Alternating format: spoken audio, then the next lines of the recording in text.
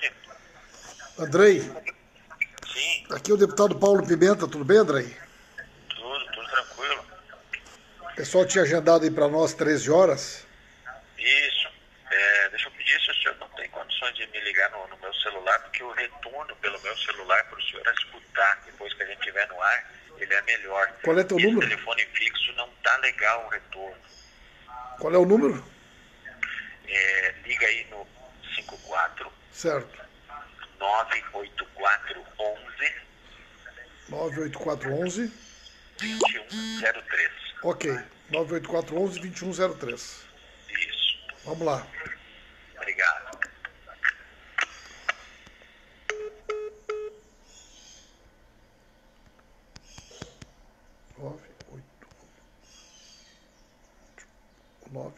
Nove oito um 24 9. Alguém lembra o número do telefone aí, gente? 984 411 2103. 98411 2103. 98411 2103. Acho que é isso. Vamos lá.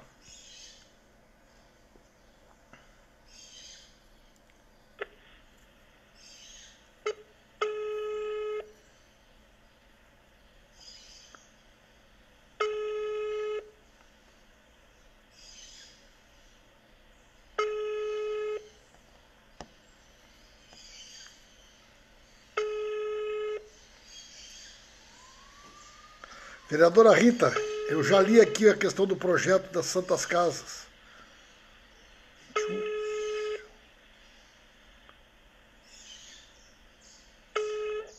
Sua chamada está sendo encaminhada.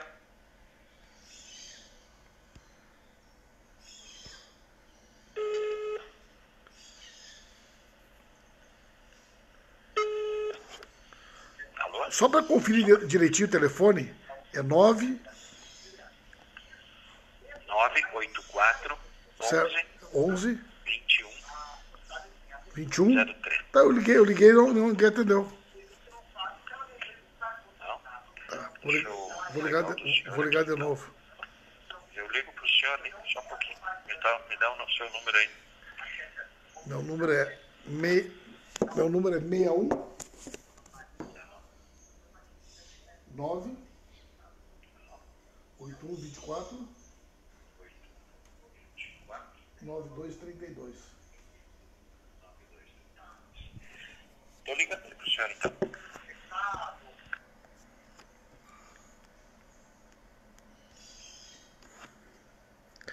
Rádio Ibirubá, Rádio Cidade de Ibirubá. Obrigado, Cidinha.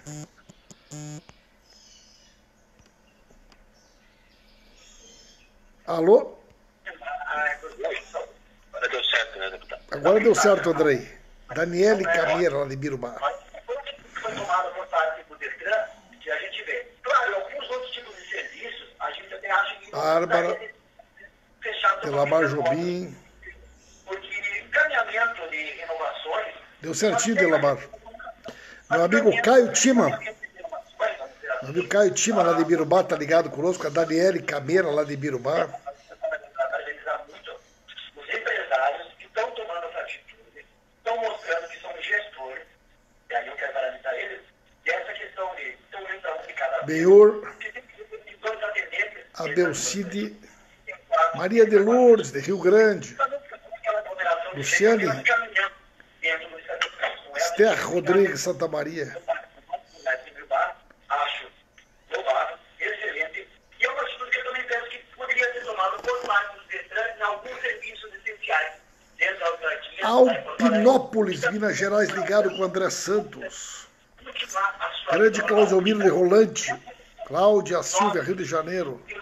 Grande, meu amigo Barata, Marco Heleno Escobar Flores, meu amigo Barata, lá da Vila Holândia, Santa Mariense. Boa noite, boa tarde, Lucila Branco Correia. Está trabalhando, então também não tem o que você receber dele.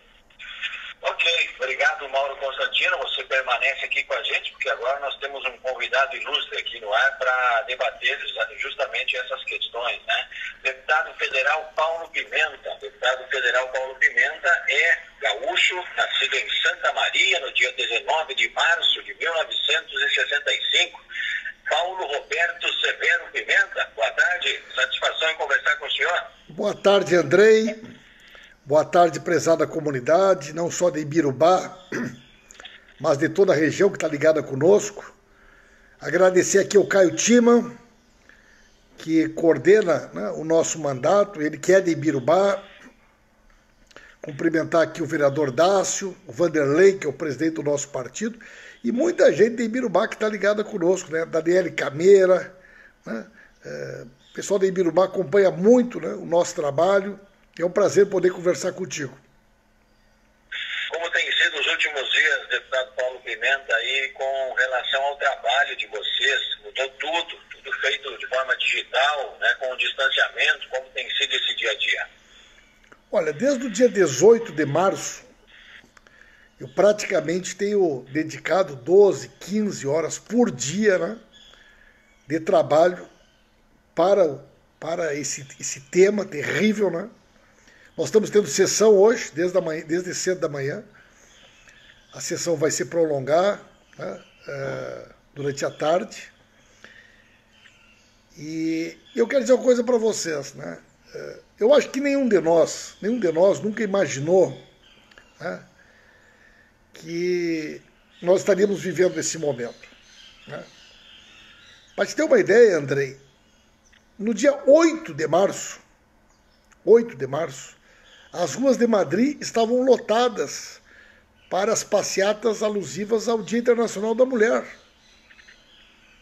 Isso não faz um mês, faz um mês, né? E hoje a Espanha está mergulhada nessa crise humanitária sem precedentes, né? A Itália, no dia 27 de fevereiro, empresários e o prefeito de Milão lançaram uma campanha, Milão não pode parar, dizendo que essas orientações da Organização Mundial da Saúde eram desnecessárias, que essa doença era uma gripezinha, era um resfriadinho, e que eles não iam parar. Isso foi dia 27 de fevereiro. Eles entraram em março com a ideia de que poderiam vencer a doença sem seguir as orientações da Organização Mundial da Saúde. E hoje, esses dois países juntos já têm mais de 30 mil mortos. Né?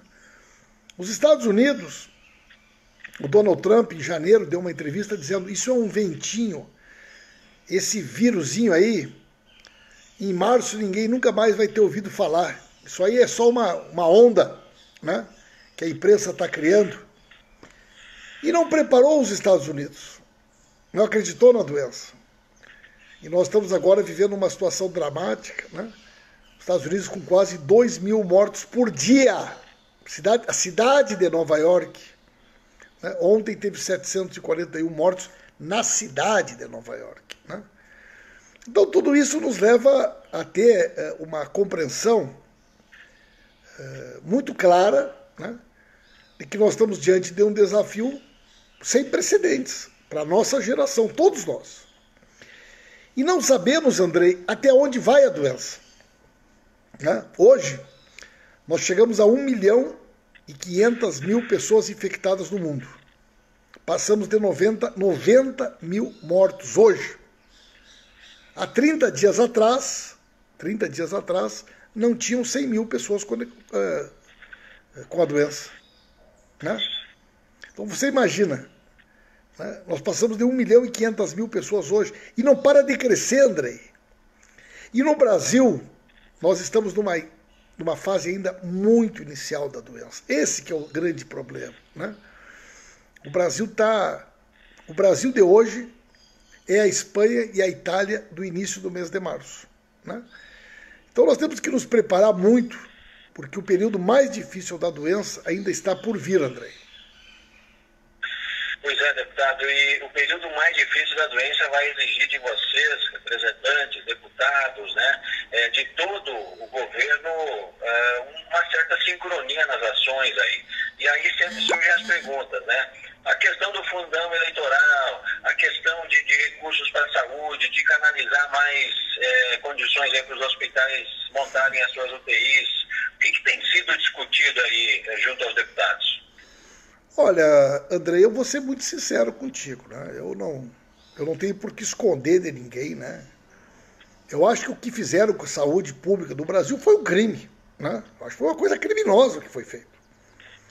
Nos últimos 2 anos tiraram 20 bilhões de reais do orçamento, né? Com a aprovação daquela PEC dos gastos. Mandaram embora os médicos cubanos que agora estão lá na Itália e estão na Espanha.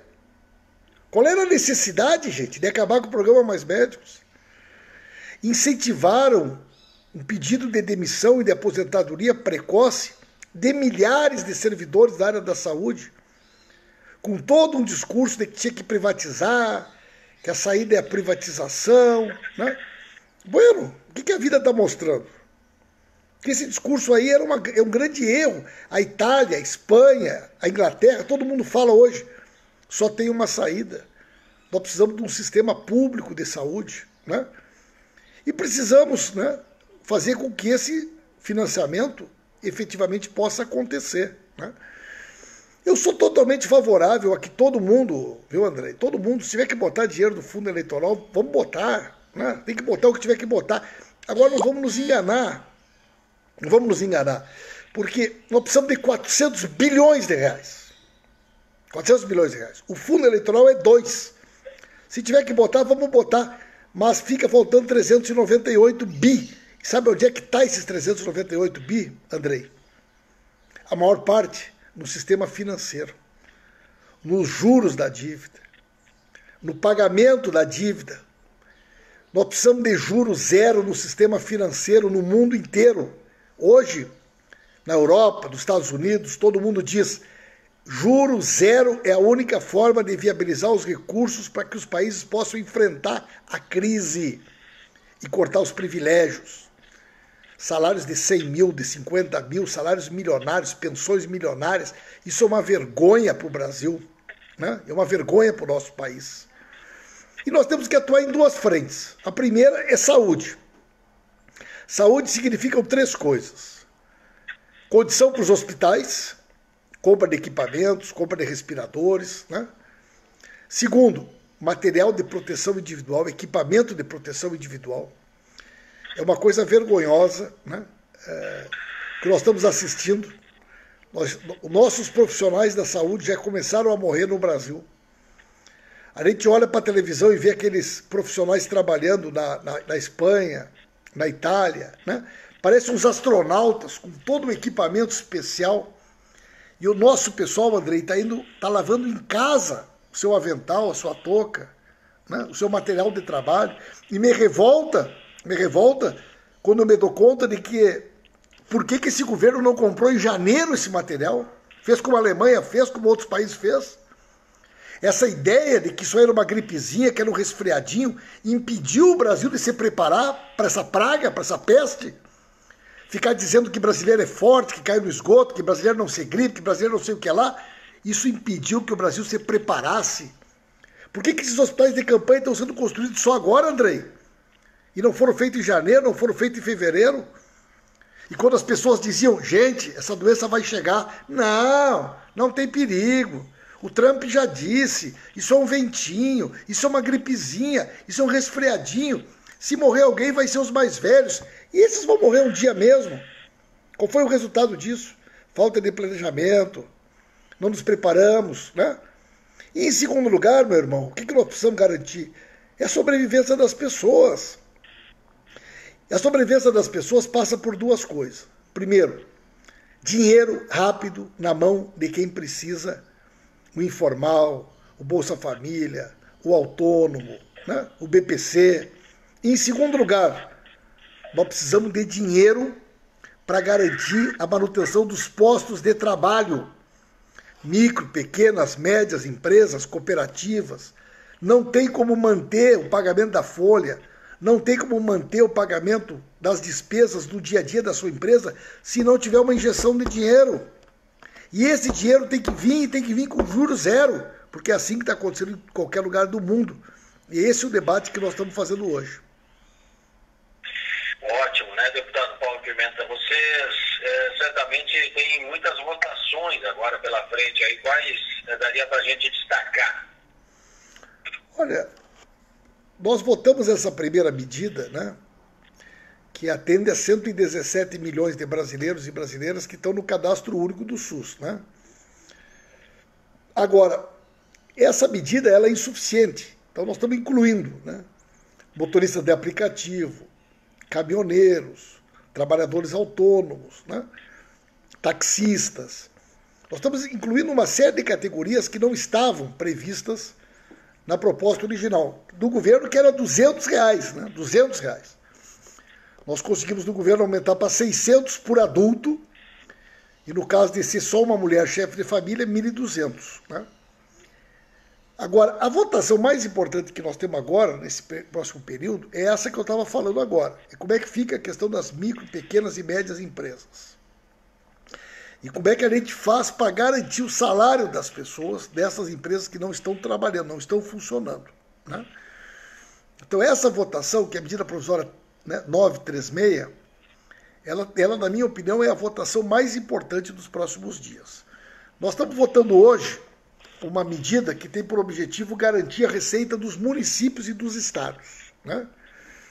Como vai haver uma grande queda da arrecadação, nós estamos aprovando uma medida para que o recurso do Fundo de Participação dos Municípios e de Fundo de Participação dos Estados seja o mesmo de 2019, né? Porque não é possível que nesse momento que a gente mais precisa, um município como Ibirubá possa ter a sua receita diminuída. Porque obrigatoriamente o sistema de saúde não vai parar, né? E tem uma questão, Andrei, que eu acho que é muito importante a gente falar sempre, né? O Rio Grande do Sul é diferente do resto do Brasil. Alguém poderia dizer, já está o Paulo Pimenta agora querendo puxar o saco dos gaúchos. Pelo contrário, eu estou dizendo é algo muito complicado. Nós somos a população com a maior faixa etária do Brasil, Andrei. Nós temos 1.600.000 pessoas no Rio Grande do Sul que têm mais de 60 anos. Nós temos um altíssimo índice de pessoas com doenças, né, respiratórias, cardiovasculares, diabéticos, pessoas que fizeram ou estão fazendo tratamento para o câncer. Portanto, temos um público-alvo muito grande. E, em segundo lugar, meu irmão, nós temos o inverno. E ontem, nós já tivemos várias cidades do Rio Grande do Sul que fizeram menos de 5 graus. Bagé fez menos de 5 graus. Guaraí, né? A Raquel Aguirre, que está nos ouvindo aqui, que é enfermeira lá em Jabuticaba, ela sabe que nós já temos uma superlotação dos hospitais no inverno por conta das doenças respiratórias. E as outras doenças não vão deixar de existir, Andrei. Não vão deixar de existir. É isso que eu conversava hoje com o Caio Tima. O Caio me dizia, Pimenta, a nossa região, a região de Ibirubá, toda a região está muito preocupada, porque ainda nem começou a doença. Em Cruz Alta, em Juí, Passo Fundo, os hospitais de referência já estão ficando superlotados. E na medida que eles não puderem receber as pessoas que também têm outras doenças, isso vai acabar superlotando também os hospitais dos pequenos municípios, dos médios municípios. Então a gente precisa pensar no sistema enquanto um todo, né? Mas eu posso te garantir, André, que eu estou trabalhando aqui 7 dias por semana, 24 horas por dia, eu estou 100% focado nesse tema. E o meu olhar, evidentemente, que é para todo o Brasil, mas naturalmente que ele é um olhar com, né, uma preocupação, né, diferenciada para os temas do Rio Grande do Sul. Ótimo. Falando da nossa estiagem aqui, deputado Paulo Pimenta, nosso agricultor, né, está sendo castigado aí, colheita frustrante para todos, o produtor de leite muito judiado também em função do preço, né? Além de não ter um produto, agora a indústria está querendo baixar o preço do leite aqui na nossa região. Você ouviu tanto? Olha só, nós tivemos reunião da nossa bancada com o governador na segunda-feira da semana passada, né? E a minha fala com o governador, Andrei, foi exatamente sobre a questão da estiagem. Eu disse, governador, nós temos duas questões que nos diferenciam do país, que é o inverno e a idade da nossa população, mas nós temos uma situação nova, a estiagem. Nós estamos enfrentando uma seca sem precedentes. E até agora, as políticas públicas do governo federal e do governo estadual são muito tímidas, né? Eu estou sendo generoso, estou dizendo que são tímidas para dizer que não estão fazendo nada, né? Nós temos muitos agricultores, agriculturas familiares, você sabe disso, Andrei, que não tem água potável, não tem água na propriedade, que está tendo uma frustração da safra gravíssima. A falta do pasto e da água levou uma queda absurda na produção do leite. E a indústria, gente, a indústria fazendo a mesma coisa que os bancos estão fazendo, se aproveitar de um momento como esse para explorar as pessoas. Isso que me revolta, sabe? Essa gente que a vida inteira ganhou dinheiro em cima do agricultor, em cima do produtor. A indústria e os bancos ficaram todos bilionários. Esses bancos ganharam mais de 200 bilhões no ano passado. A indústria também. Nessa hora que todo mundo está apertando o cinto, eles vão lá e botam a faca no pescoço do produtor, botam a faca no pescoço do agricultor, né? Então, o governo vai ter que regular isso aí, né? E essa questão da estiagem, ela precisa ser um diferencial, porque eu pedi para o governador que nós estendêssemos como critério para receber o auxílio emergencial os agricultores familiares que residem em cidades que decretaram emergência. Porque esses, praticamente todos eles, vão precisar de algum tipo de apoio, vão precisar de algum tipo de suporte. Muito bem, deputado. O senhor consegue responder 2 questionamentos aqui de internautas? Claro, meu irmão, estou aqui à tua disposição.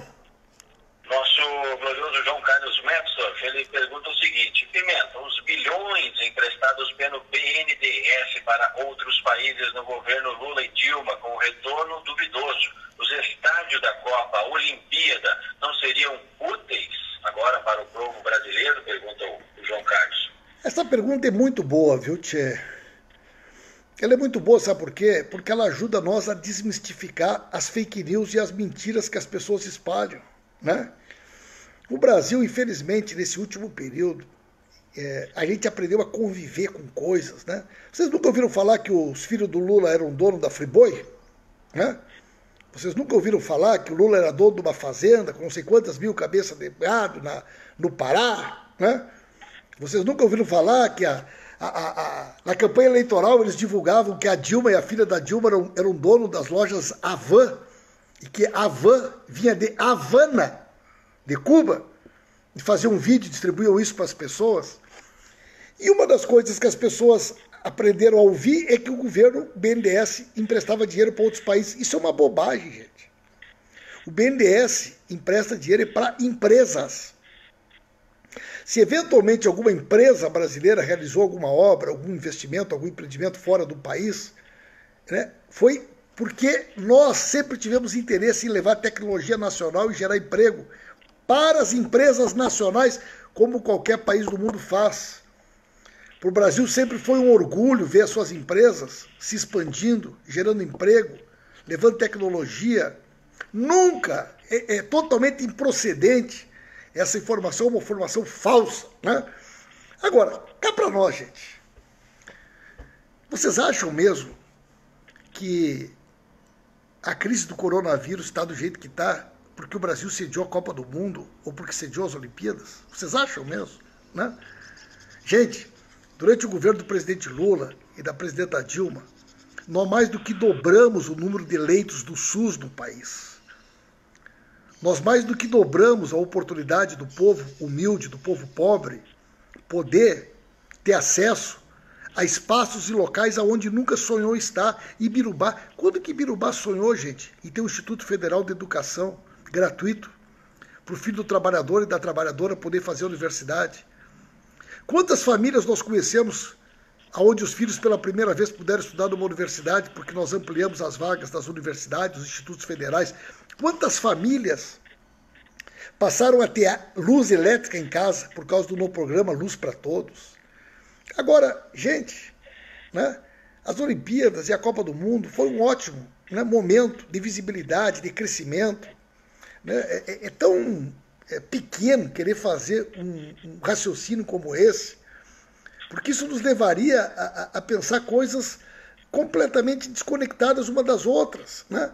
O problema da saúde foi que o governo federal aprovou uma PEC e decidiu que ia congelar os dinheiros da saúde durante 20 anos, e isso tirou 20 bilhões de reais da saúde nos últimos 2 anos.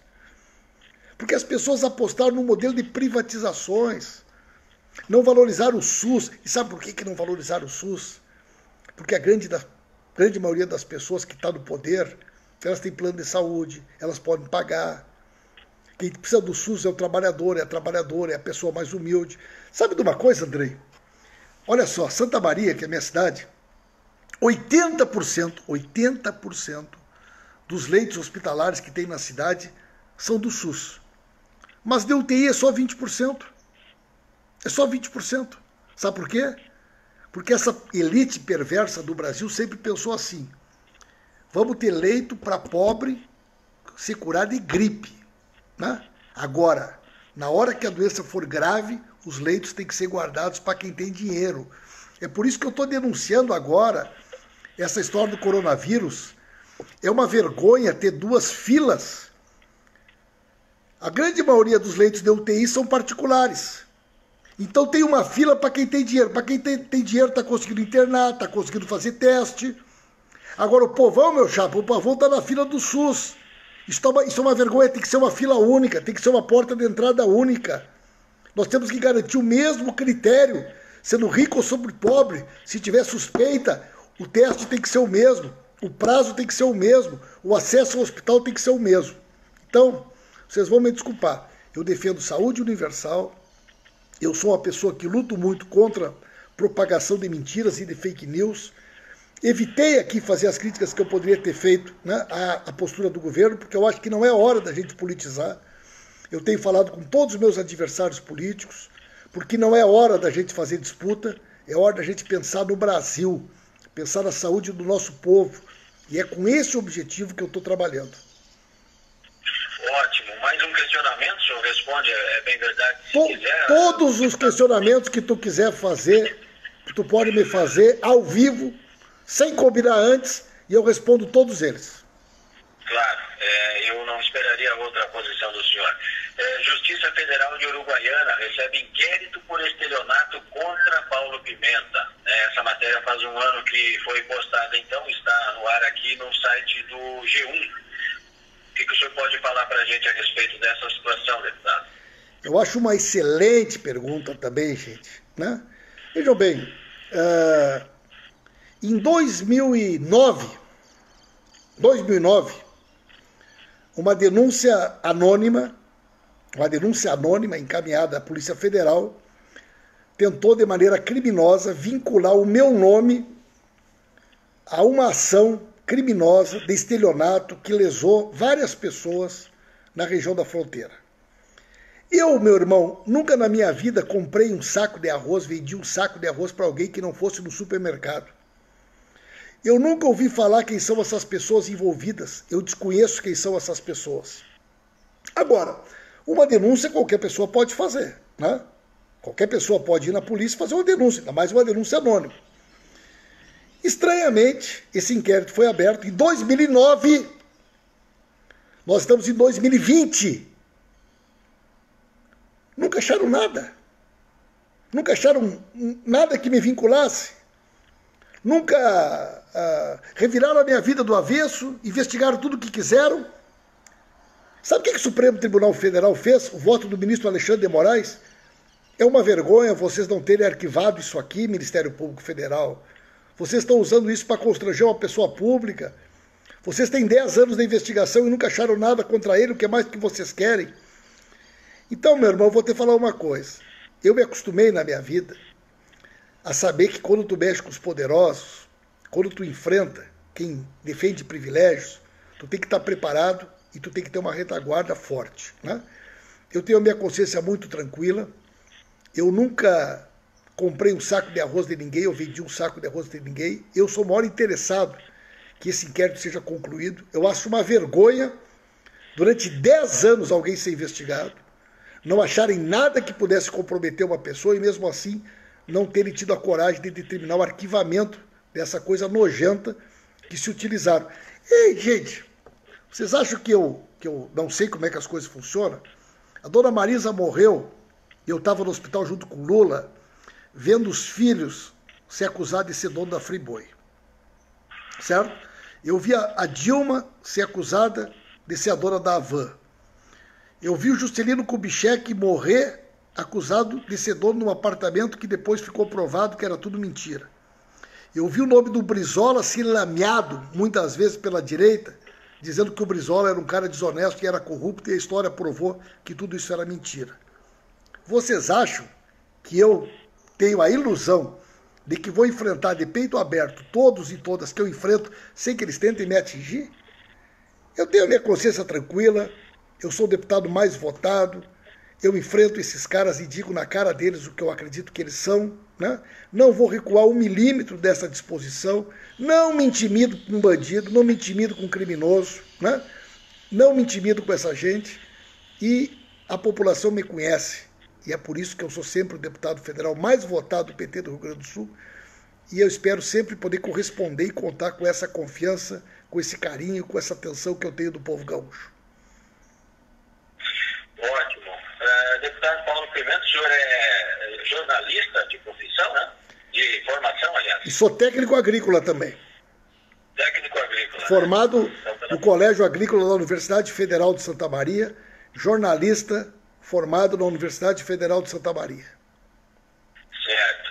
Fazer um questionamento para o senhor é a favor aí de a gente estabelecer as eleições municipais e as eleições federais aí no mesmo ano, aproveitando essa pandemia agora? Olha, veja bem, quando eu me elegi deputado, a gente é obrigado a jurar a Constituição, né? A gente levanta a mão lá e jura a Constituição. E a Constituição é muito clara. O Supremo Tribunal Federal já decidiu que a prorrogação de mandatos é inconstitucional. Se o povo elegeu uma pessoa por 4 anos, só o povo pode dar para essa pessoa um mandato mais longo, né? Eu, por exemplo, sou favorável à coincidência dos mandatos. Agora, a pessoa, quando ela vota, ela tem que saber, estou votando em alguém para ficar 6 anos, para ficar 5 anos. Eu não posso votar para alguém ficar 4 anos e depois alguém, sem consultar o povo, prorrogar. Então, o que eu acho? Se essa eleição, de alguma maneira, estiver prejudicando o nosso calendário, se as eleições não puderem sair em outubro, a gente joga 2 meses para frente e faz a eleição na primeira semana de dezembro, né? Agora, nós não podemos desconsiderar que existe uma decisão já tomada do Supremo Tribunal Federal, né? E qualquer tentativa de mexer nisso, com certeza vai ser barrada pela Suprema Corte. Ótimo, né? Mais um questionamento aqui, o pessoal que entrou agora na live, o deputado já respondeu aqui que é a favor, se precisar usar então o dinheiro aí do fundo eleitoral para a saúde, ele é a favor, né, deputado? Com certeza. Deixa eu ver aqui, tem mais um abraço chegando para o senhor também aqui da Ângela Souza, né? Foi sua cabo eleitoral. Amiga Ângela, lá do São José? Isso. Rapaz, essa turma aí é maravilhosa, tchê. Esse time é meu orgulho. Exatamente, né? O pessoal está ligado conosco aqui. Deputado, foram fechados mais de 40 mil leitos hospitalares nos últimos 10 anos. É uma vergonha ter que utilizar estádios para fazer hospitais de campanha. É o comentário aqui da nossa internauta Ana Bowman. Também nós temos aqui, deixa eu ver, a Daniele Cameira, vergonha é congelar por 20 anos investimentos em saúde e educação. Muito bem. Tá joia, então. Deputado, deixa uma mensagem de Páscoa aí, né, para tocar o coração. Eu vou te dizer uma coisa, aqui. Eu vou te falar de coração, viu, meu irmão? Eu acho que esse momento é um momento que a gente está aprendendo muita coisa, sabe? Ao mesmo tempo que o mundo está vivendo tudo que ele está vivendo, a gente sente um sentimento de solidariedade crescendo, né? As pessoas pensando na importância da saúde pública, pensando em políticas públicas que possam atender as pessoas que mais precisam, né? Mostrar para as pessoas que esse discurso de ódio, de intolerância, de ressentimento não constrói nada, que isso leva um país, né, que nesse momento precisaria estar todo ele unido, trabalhando numa mesma direção, a estar mergulhado numa disputa, numa crise que não ajuda ninguém. O povo precisa ter tranquilidade, ter segurança, e para isso não é possível que o ministro da Saúde venha para a televisão, dê uma orientação, o governador deu uma orientação, os deputados falam uma coisa, o presidente da República vai lá e pisoteia, destrói tudo que a gente fez, e gera uma confusão na cabeça das pessoas. Isso não é bom para ninguém. A gente já viu esse filme. E eu digo para vocês, meus irmãos, que estão nos ouvindo agora, tem gente que não tem como deixar de trabalhar. Pessoal da saúde, da segurança, que trabalha na produção de alimentos, na limpeza urbana. Quem pode ficar em casa está fazendo uma grande coisa, não só para si mesmo, não só para as pessoas que eles gostam, mas para essas pessoas que precisam sair para trabalhar. Porque se tem uma parcela da população que não pode deixar de sair de casa, e nós precisamos reduzir sensivelmente o volume de pessoas nas ruas, cabe exatamente aquelas pessoas que podem fazer isso, também para ajudar aqueles que precisam. Eu tenho uma grande admiração aos trabalhadores, às trabalhadoras dos hospitais que têm sofrido tanto. Cada pai, cada mãe hoje fica com o coração na boca quando vai para trabalhar, um médico, um enfermeiro, um auxiliar, mas também a pessoa que trabalha na limpeza, no serviço de hotelaria, na lavanderia dos hospitais, né? Imagina o coração de um pai, de uma mãe. A gente merece respeito, essas pessoas merecem nosso respeito, né? E eu estou muito assim, sensibilizado, né? Eu diria quase que emocionado com tudo que está vivendo, mas eu transformo essa minha emoção em capacidade de trabalho para poder fazer tudo aquilo que o Brasil precisa e poder, nesse momento histórico, não falhar com o nosso povo. É para isso que eu estou trabalhando, é para isso que eu estou me dedicando, e eu agradeço muito essa oportunidade de conversar com o Ibirubá e com toda a região que está ligada conosco. Joia, o senhor é a favor do isolamento, deputado? Para a gente finalizar, as pessoas devem permanecer em casa ou quem pode trabalhar tem que trabalhar nesse momento? Veja bem, vou falar mais uma vez. Não se trata de alguém ser contra ou a favor. A Organização Mundial da Saúde, ela já disse, só há um meio de fazer com que o vírus pare de se propagar. É a gente reduzir a quantidade de pessoas que estão nas ruas. E na medida que tem um grupo de pessoas que não pode deixar de trabalhar, que são profissionais da saúde, da limpeza, da segurança, que trabalham com alimentos, supermercados, padarias, açougues, você vai ver que tem uma quantidade grande de pessoas. Lojas de materiais de construção, postos de gasolina, né? Tem uma série de outros setores que não tem como parar. Bom, se todas essas pessoas precisam trabalhar, e se nós não tivermos um grupo de pessoas que não vá para a rua, nós vamos continuar tendo a mesma quantidade de gente circulando. E aonde isso foi feito, a doença explodiu. Explodiu na Itália, explodiu na Espanha, explodiu nos Estados Unidos. Se nós errarmos, gente, daqui a 15 dias, nós vamos estar enxergando no Brasil um cenário, sei lá eu, de qual proporção. Então, se nós queremos proteger as pessoas que nós queremos bem, se nós queremos proteger as pessoas que nós amamos, e nós queremos respeitar aqueles que precisam trabalhar, é uma obrigação ética, moral, né? Que a gente faça a nossa parte. Só sai de casa quem precisa. Só sai de casa estritamente para fazer aquilo que é necessário. E no resto do tempo, te protege. Protege as pessoas que tu ama, protege as pessoas que tu quer bem. Porque depois que eles morreram, gente, ninguém vai reparar a dor e a culpa do arrependimento por a gente ter errado. Fique em casa. Essa é a minha mensagem. Um abraço, meu irmão. Conta sempre comigo. Eu estou totalmente à disposição de vocês. Ótimo. Um abraço para o senhor aí também. Feliz Páscoa a todos por aí. Deputado federal Paulo Pimenta, do Partido dos Trabalhadores, foi nosso... Bueno, gente, vou voltar para a reunião do Diretório Nacional do Partido. Muito trabalho, muita tarefa, muita coisa, mas sempre é um prazer poder estar aqui com vocês. Rádio a cidade de Birubá.